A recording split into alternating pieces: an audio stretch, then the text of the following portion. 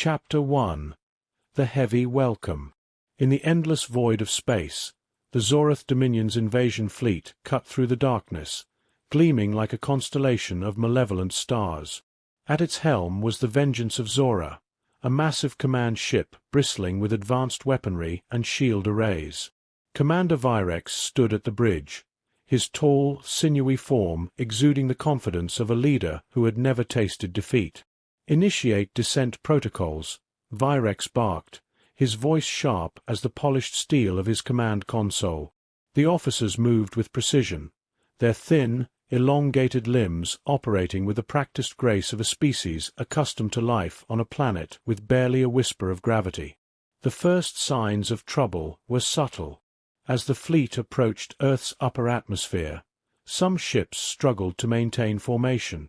The automated stabilization systems fought to compensate, but the shifts were erratic.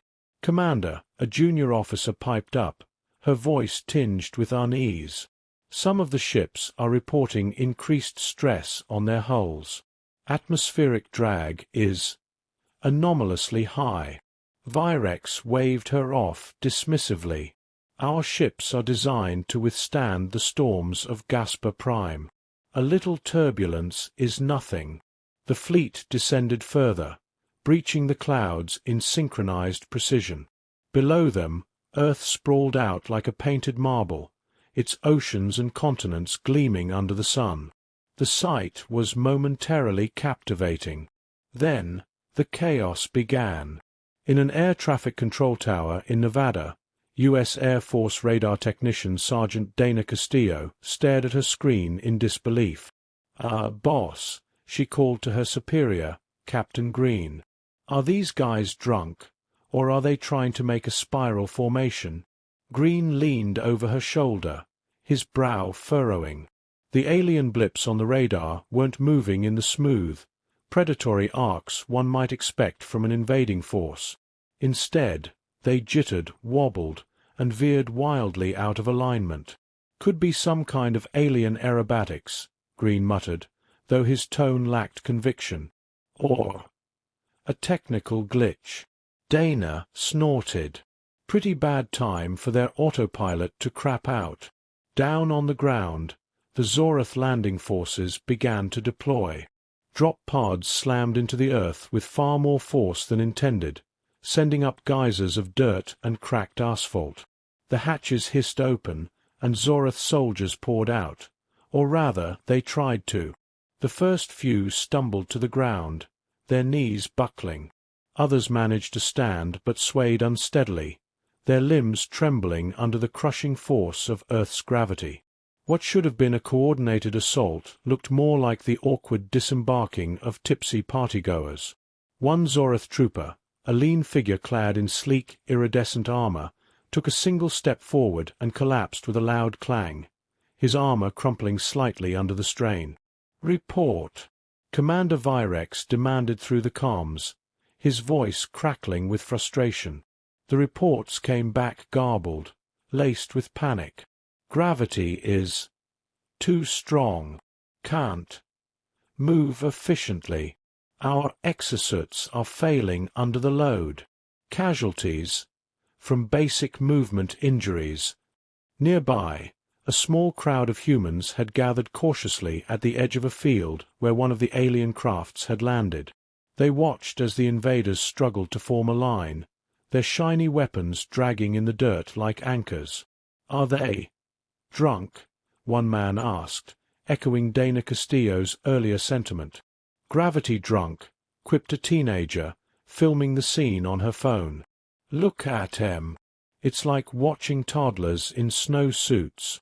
The aliens finally managed to activate their weapons, sleek, crystalline devices that emitted a soft hum. But as one alien soldier aimed and pulled the trigger, the device exploded in his hands with a loud pop, sending the soldier flying backward. The humans burst out laughing. "Are we seriously being invaded by these guys?" someone in the crowd asked, tears of mirth streaming down his face. From his command ship, Virex stared in disbelief at the live feeds. The majestic Zorath warriors, conquerors of a dozen worlds, were reduced to stumbling fools on this backward planet. "Why didn't the scouts warn us?" he hissed, slamming a clawed hand against the console. An officer hesitated before answering. "The scout probes were automated, Commander. They weren't calibrated for physical interactions. Only environmental data. So you're saying they didn't account for this?" Virex gestured at the screen, where a group of Zorath soldiers was attempting to retreat back into their drop pods, only to collapse halfway there. I don't think they realized," the officer stammered. Virex's jaw clenched. This was supposed to be an easy conquest. Instead, it was turning into a nightmare. And it was only the beginning. Chapter 2. Weight of Defeat. The battlefield should have been a scene of Zorath dominance, precision strikes, overwhelming firepower, and the crushing of a weaker species. Instead, it was chaos. The alien soldiers staggered across open fields and urban streets, their elongated bodies sagging like wilting plants. Their armor, designed for sleek mobility in low gravity, now seemed to imprison them, pinching and collapsing under the unrelenting pull of Earth. "Maintain formation," barked a Zorath squad leader, his voice strained as he crouched to catch his breath. Every word felt like a punch to his chest under the oppressive weight. Behind him, one soldier tripped and went down hard. The fall was audible even from a distance, a metallic crunch that left the trooper sprawling, unable to get up. Another soldier tried to fire his plasma rifle, but his weakened grip caused the recoil to jerk the weapon from his hands. The rifle spiraled to the ground and discharged a blast into the air, narrowly missing a squad mate. "Someone shut that fool down before he kills us all." At the Pentagon. The mood in the Pentagon's war room oscillated between disbelief and growing confidence. A live feed from a nearby drone showed the struggling invaders in stark detail. Generals and analysts, initially wary of an unknown enemy, now exchanged skeptical glances. "Is this some kind of alien theater?" asked General Matheson, his thick brows furrowing. "They look like they're running a bad simulation of an invasion," replied Dr. Hannah Kim, a scientist monitoring the footage. She clicked her pen and gestured to the screen. "Their movements are too erratic. Equipment malfunctions suggest a critical environmental mismatch. And those injuries. Look, they're falling apart trying to walk. It's the gravity." "Gravity?" Matheson's tone was incredulous. "Think about it," she continued. "We evolved here. We're designed to operate in this gravity. But if their physiology developed on a low-G planet, this environment is brutal. Every step is crushing them. Even their technology isn't built for this." Matheson leaned back in his chair, a slow smile forming.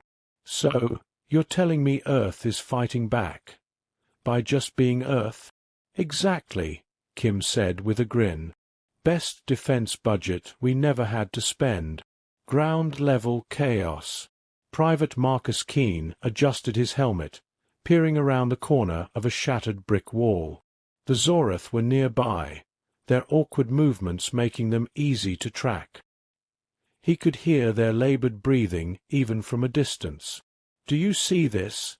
he whispered into his radio, keeping his rifle steady. "Yeah," came the reply from Sergeant Carter, who was stationed on a rooftop overlooking the scene. "They're barely holding it together. What are we looking at? Some kind of training exercise gone wrong?" "Negative, Sarge. This is the invasion."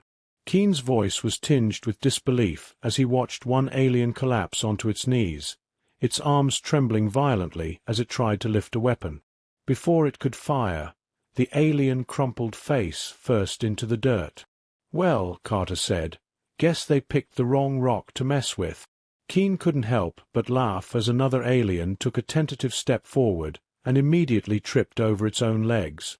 "You think we should even bother firing?" "Rules of engagement, kid," Carter replied. "Plus, Brass wants us taking notes.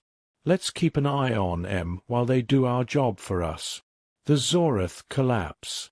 On the battlefield, Commander Virex could only watch in horror as the invasion unraveled. Troop after troop succumbed to injuries that would have been minor in their home environment but were catastrophic under Earth's gravity. Some tried to retreat to their landing craft, but the ships themselves were in no better condition. Thrusters groaned under the increased stress, and one craft even tipped over as its landing struts buckled, its hull dented from the impact. "Commander," a panicked voice called over the comms. "Our forward units are ineffective. Requests for reinforcements are impossible. The dropships can't stay operational under these conditions." Virex's claws dug into his command console, his earlier confidence eroding into desperation. "Hold your positions," he snarled, though he knew it was futile. "We are the Zorath Dominion. We do not retreat from primitives." His defiance was short-lived. Another screen lit up with red warnings as reports of casualties streamed in. Humanity's growing confidence. Across the world, civilians and soldiers alike began to realize the same thing. Earth itself was the greatest ally humanity could ask for. Videos of the floundering aliens went viral within hours. Hashtags like #GravityWins and #HighGroundAdvantage trended on every platform. In one particularly memorable video, an alien squad tried to form up, only for their leader to collapse mid-command. The camera zoomed in on his frustrated, exhausted face, which was somehow both menacing and pitiable at the same time. The video was overlaid with a remix of Queen's "Another One Bites the Dust." Meanwhile, tactical teams began to move in cautiously, testing the limits of the aliens' capabilities. "All right," Sergeant Carter said as he directed his team to circle around a stumbling alien squad. "Let's see what these guys are made of, if they don't collapse first." The turning point. As the day wore on, it became increasingly clear that the Zorath invasion had failed. Soldiers who were supposed to dominate the battlefield were instead falling to Earth's most mundane dangers. Sprained joints, heat exhaustion, basic terrain. For humanity, the realization was electrifying. The invaders weren't unbeatable. They weren't even competent here. High Command sent out a directive across all military channels. Capture, don't kill. Earth wasn't just winning. It had been handed a rare opportunity to learn. Chapter 3. Panic in the Ranks. The Zorath Dominion had always believed that conquest was a matter of precision, power, and control. But as the sun dipped lower over the battlefields of Earth, those values had turned into mockeries of themselves. Precision was impossible when weapons fell from trembling hands. Power meant nothing when every step felt like moving through liquid lead. Control was a laughable concept when even retreat seemed out of reach. Commander Virex's command deck was in disarray. The pristine, polished interior of the Vengeance of Zora was now cluttered with fallen officers and frantic technicians, each trying to make sense of the disaster unfolding on their screens. "Another squad down in Sector Gamma," an officer shouted, his voice cracking under the weight of panic. "Casualties now exceed 40% across ground forces," added another, their tone more resigned than urgent. "Evacuation requests from units in sectors Alpha and Delta." They're collapsing, Commander." Virex slammed his clawed hand against the console, his chest heaving with the effort. Every word he spoke felt like hauling a boulder uphill. "There will be no retreat," he hissed, though even his bravado was beginning to fray. "If we fall back now, we lose everything. Our ships, our soldiers, our honor." A technician, hunched over a console, glanced nervously in Virex's direction. "Commander, if we don't fall back, there won't be anything left to lose." Virex's glare could have melted steel. "Get out."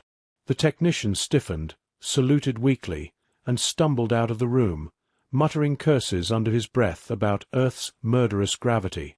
The humans close in. Private Marcus Keene crouched behind an overturned truck, watching a group of Zorath soldiers huddling in a circle about 50 yards away. They weren't moving, except for the occasional twitch of an exhausted limb. "What are they doing?" he whispered into his radio. "Surviving," Sergeant Carter replied from his vantage point on a rooftop nearby. "I've been watching them for 10 minutes. They're not regrouping, not strategizing. Just sitting there like they've given up." Keene adjusted his binoculars. Sure enough, the aliens looked more defeated than dangerous. Their shimmering armor, so intimidating when they'd first landed, was dented and tarnished from repeated falls. One of them clutched a weapon, but his fingers were too weak to lift it. "Orders are clear," Carter continued. "Move in, detain if possible. If they resist—" He didn't finish the sentence. Keene nodded, motioning for his squad to follow him. They advanced slowly, rifles trained on the aliens. One of the Zorath soldiers looked up as they approached, his helmet askew. His luminous eyes flickered weakly as he tried to stand, only to collapse back to the ground. Keene lowered his weapon slightly. "I almost feel bad for them," he muttered. "Don't," Carter replied over the radio. "They came here to kill us. Let Earth do the heavy lifting, but don't let your guard down." The first surrenders. Across the globe, similar scenes played out. Zorath units, battered and broken by Earth's relentless gravity, began to surrender en masse. In the streets of Berlin, a heavily armed SWAT team approached a group of Zorath soldiers who had discarded their weapons. The aliens, too drained to speak, raised their hands, or at least attempted to. Their arms wobbled in the air before dropping limply to their sides. In Tokyo, a squad of Japanese self-defense forces found an entire Zorath platoon lying flat on the ground in a park, their limbs sprawled like discarded mannequins. The squad leader, holding a megaphone, issued a command in broken Zorathian. "You will not be harmed. Lie still." One of the aliens groaned in response, managing to gasp out, "Not moving." Anyway, the soldiers shared a bemused look before cuffing their new prisoners. Commander Virex faces reality. Back aboard the Vengeance of Zora, Virex stared at the tactical displays. The screens were a sea of red, marking lost units and failed operations. "We've lost contact with 80% of ground forces," an officer reported grimly. "Of the remaining troops, most are injured or incapacitated." "Commander." "It's over." "No," Virex growled, his voice a venomous rasp. "It can't be. We are the Zorath Dominion. We do not lose." "With respect, Commander," another officer interjected, "Earth is not like the others. Their gravity. It's a weapon we didn't anticipate." Virex slammed his fist onto the console, his claws leaving deep gouges in the surface. "You think I don't know that? This cursed rock has humiliated us." He turned to the view screen, which displayed a live feed of Earth's surface. Smoke rose from scattered battlefields, but the humans were already reclaiming those areas, moving with ease and precision. It was a sight that filled Virex with a toxic blend of rage and grudging respect. "Order all units to regroup," he said finally, his voice quieter but no less firm. "We need to rethink our approach. This planet is not unbeatable. We simply need to adapt." The bridge crew hesitated, exchanging uncertain glances.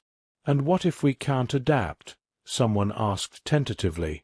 Virex didn't answer. For the first time, he didn't have one.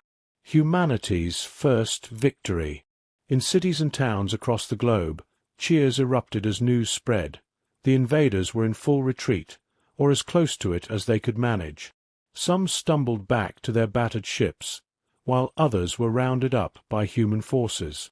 For the first time in history, humanity had faced an interstellar threat and emerged victorious, not through advanced weaponry or superior tactics, but because of something as mundane as gravity. As the last of the Zorath landing crafts sputtered into the sky, trailing smoke and sparks, humans around the world celebrated. Earth won, Private Keene said with a grin as he watched the alien ships limp away. Aliens, 0. Chapter 4. Gravity of the situation.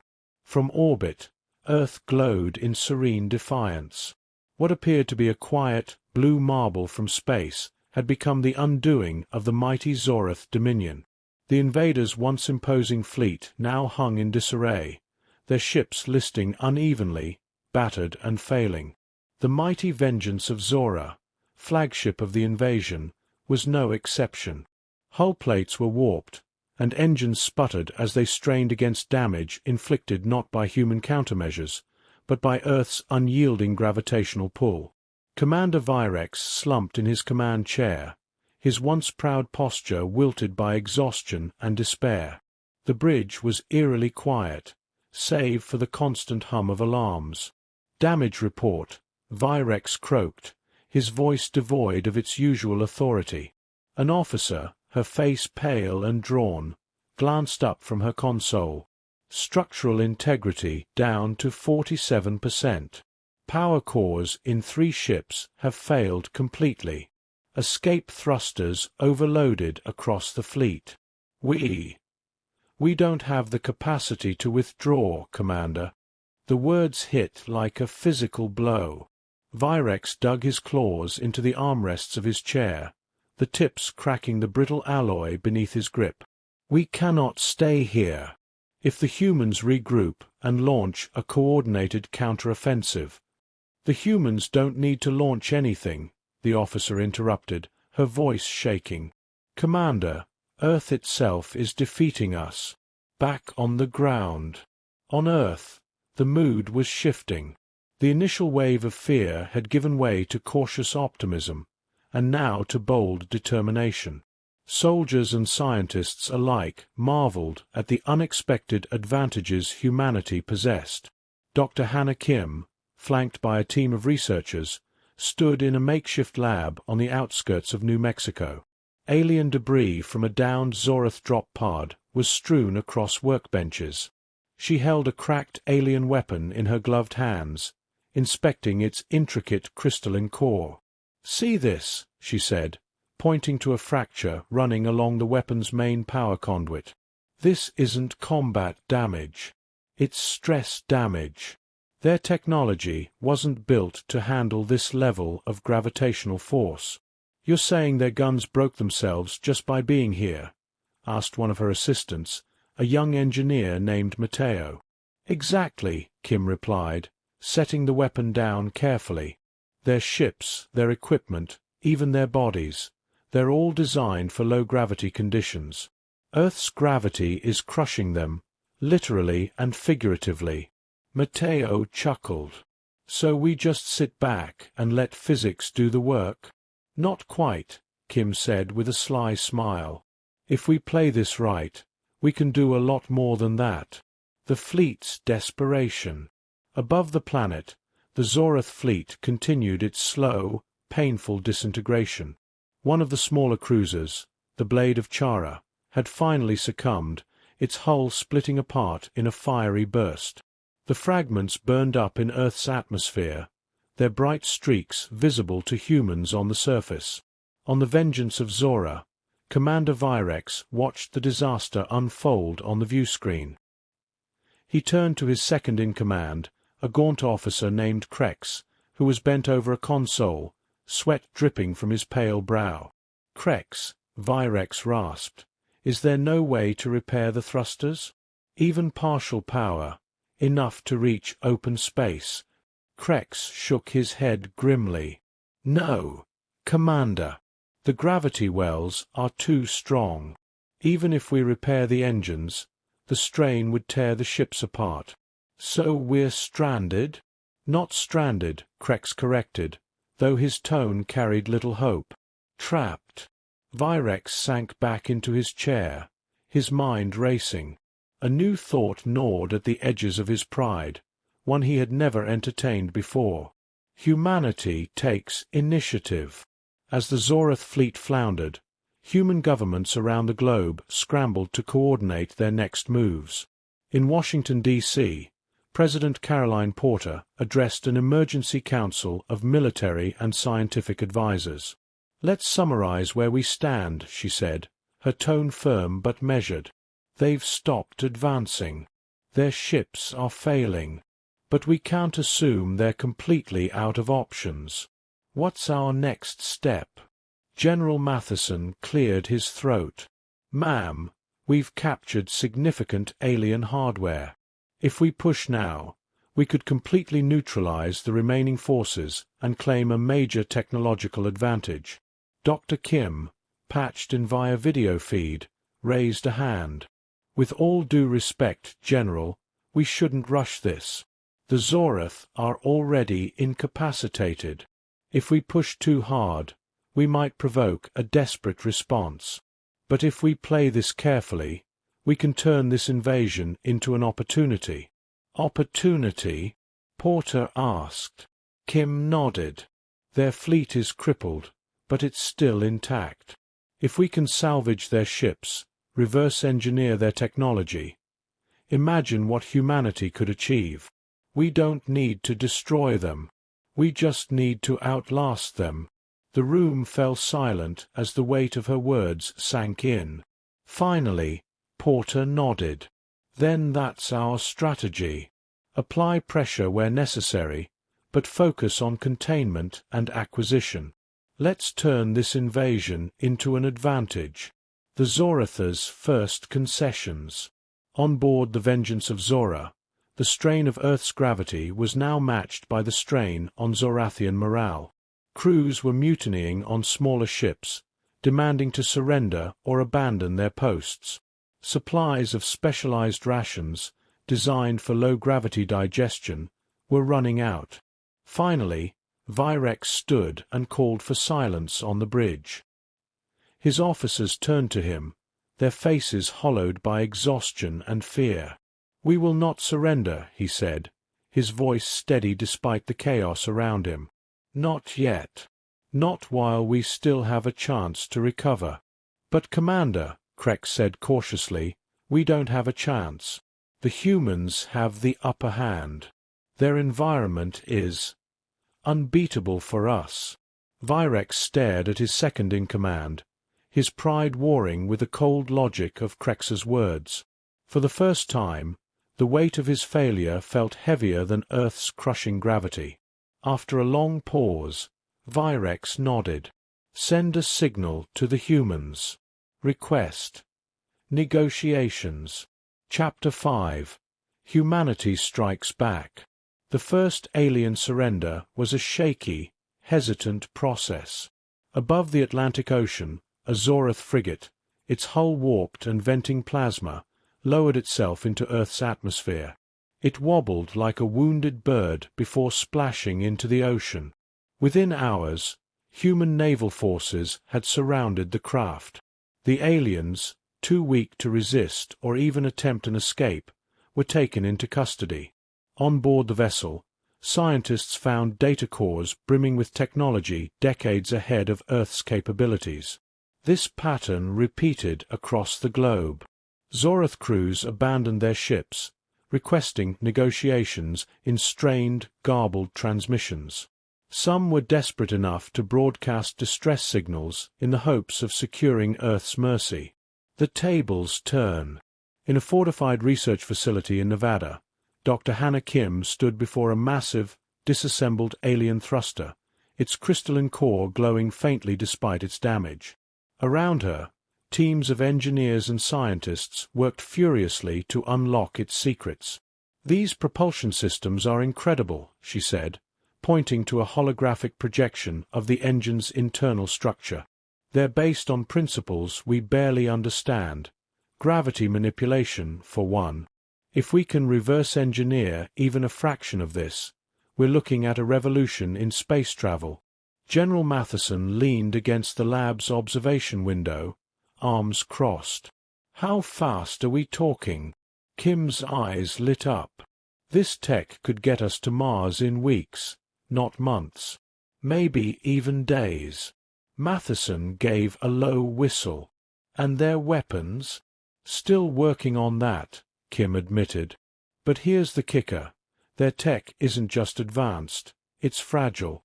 Everything they built assumes low-gravity conditions. Once we adapt it to Earth, it'll be even more effective in our hands than theirs." Matheson's lips curled into a wolfish grin. They thought they were the predators. Now, we're the apex species. Humanity on the offensive. With alien technology in human hands, the playing field shifted rapidly. In less than a month, Earth's engineers had repurposed Zorath equipment into new tools of exploration and defense. The first breakthrough came in the form of high-gravity combat suits. Using alien alloys and energy sources, scientists developed exoskeletons that allowed humans to operate in conditions that would crush the Zorath. These suits turned ordinary soldiers into unstoppable forces, capable of lifting several tons and running for miles without fatigue. The second breakthrough was a new class of spacecraft. The Horizon Dawn, humanity's first gravity-assisted starship, launched from Cape Canaveral to international applause. Its maiden voyage, a loop around the Moon and back, was completed in mere hours. The message to the galaxy was clear. Humanity was no longer confined to Earth. The Zorath's humiliation. Commander Virex sat in the dim, oppressive silence of the vengeance of Zora's war room. Before him, a hologram of Earth rotated slowly, tauntingly. "We underestimated them," Krex said quietly, breaking the silence. "Understatement of the cycle," Virex muttered. "They're broadcasting messages now," Krex continued, his voice tinged with both awe and dread. "Warnings to the galaxy. They're claiming Earth as a gravity fortress. They're calling themselves—" He hesitated, as if reluctant to say it aloud. Virex's eyes narrowed. "What?" Krex sighed. "The high-G species. They're painting themselves as a race built for survival in conditions that would annihilate most others." Virex barked a bitter laugh. "Because of their gravity?" Krex nodded. "Because of their gravity, and their adaptability. They've already repurposed our technology. Their new starships are terrifying. Humanity expands." Back on Earth, humanity was basking in its newfound confidence. Across news networks and social media, the narrative of Earth's victory had evolved into a rallying cry. "We are the high-G species," declared President Caroline Porter in a televised address. "For generations, we thought of ourselves as fragile, bound by our limitations. But today, we know the truth. Humanity is stronger than we ever believed. Earth has prepared us for challenges beyond our imagination, and now we stand ready to meet them." Her words were met with thunderous applause, echoed by the cheers of billions around the world. The Zorath's retreat. The Zorath fleet, battered and demoralized, prepared for a final, desperate retreat. With Earth's permission, and under constant human surveillance, a handful of ships managed to limp out of orbit. They carried with them a message to the rest of the galaxy. Do not invade Earth. The gravity alone will destroy you. For the first time in its history, the Zorath Dominion found itself on the defensive. A new era. Years later, Earth was no longer a quiet, unassuming planet. The skies buzzed with new human-made starships, their designs inspired by Zorath technology, but adapted for Earth's unique conditions. Alien diplomats arrived under heavy gravity protocols, walking with cautious, measured steps as they sought alliances rather than conquest. The phrase "Earth Strong" became both a motto and a warning. Among the alien races that had once viewed humanity as insignificant, the legend of the High G species grew. Stories spread of a world that crushed its enemies without firing a shot, a species that turned its planet's challenges into its greatest weapon. In the end, Earth had done more than survive an invasion. It had claimed its place among the stars, not just as a planet to be respected, but as a species to be feared.